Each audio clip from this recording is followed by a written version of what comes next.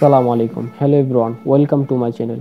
Faridpur bus লাভারের তরফ থেকে আপনাদের জন্য আরও একটি নতুন ভিডিও নিয়ে হাজির হলাম। আমি মোহাম্মদ আলামিন। অনেকদিন আন্দোলন থাকার কারণে নতুন কোনো ভিডিও আপলোড করতে পারিনি। আলহামদুলিল্লাহ, এখন আমাদের স্বাধীন বাংলাদেশের নতুন ভিডিও আপলোড হবে ইনশাআল্লাহ।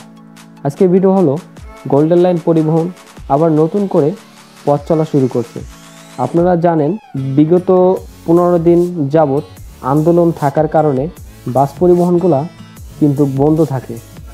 যারা ফরিদপুর থেকে গোল্ডেন লাইনে যাতায়াত করে থাকে তারা আবার যাতায়াত করতে পারবেন ইনশাআল্লাহ।